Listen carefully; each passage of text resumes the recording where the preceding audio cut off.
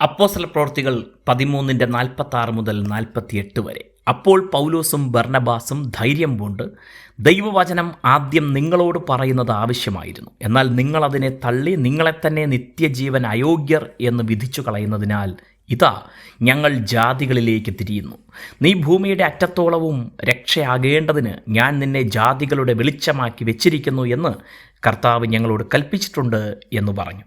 ജാതികൾ ഇത് കേട്ട് സന്തോഷിച്ച് ദൈവവചനത്തെ മഹത്വപ്പെടുത്തി നിത്യജീവനായി നിയമിക്കപ്പെട്ടവർ എല്ലാവരും വിശ്വസിച്ചു. ആദ്യ നൂറ്റാണ്ടിൽ ഏറ്റവും അധികം മിഷണറി പര്യടനങ്ങൾ നടത്തിയത് അപ്പോസ്തലനായ പൗലോസായിരുന്നു. പുതിയ ദേശങ്ങളിലേക്ക് ചെല്ലുമ്പോൾ ചിലർ അദ്ദേഹത്തിൻ്റെ സന്ദേശം സ്വീകരിക്കുകയും മറ്റു ചിലർ നിരാകരിക്കുകയും ചെയ്തു. സമ്മിശ്രമായ പ്രതികരണങ്ങൾ മിക്കവാറും പ്രദേശങ്ങളിലും ഉണ്ടാകുമ്പോൾ ചിലർ പാടെ എതിർക്കുകയും ഉപദ്രവിക്കുകയും ഒക്കെ ചെയ്തു. എന്നാൽ യേശുക്രിസ്തുവിൻ്റെ സന്ദേശം ജീവൻ നൽകുന്നതാകയാൽ ഏത് അപമാനവും ഉപദ്രവവും നേരിട്ടും അത് പരമാവധി ഘോഷിക്കാൻ അവർ പ്രയത്നിച്ചു. അപ്പോസ്തലർ ചെല്ലുന്ന ഇടത്ത് ആദ്യം യഹൂദരുടെ അടുക്കൽ ചെന്ന് സംസാരിക്കാൻ ശ്രമിച്ചിരുന്നു. കാരണം അവരുടെ തിരുവെഴുത്തുകളിലാണ് വരാനിരിക്കുന്ന മശിഹയെക്കുറിച്ച് രേഖപ്പെടുത്തിയിട്ടുള്ളത്.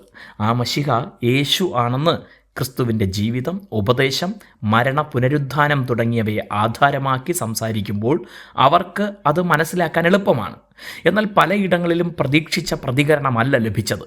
യേശുവിനെ അവർ കാത്തിരുന്ന മശിഹ എന്ന് വിശ്വസിക്കാൻ തയ്യാറാകാതെ വന്നപ്പോൾ അവർക്ക് നൽകിയ മുന്നറിയിപ്പാണ് നിത്യജീവന് അയോഗ്യർ എന്ന് സ്വയം വിധിക്കുകയാണ് എന്ന്.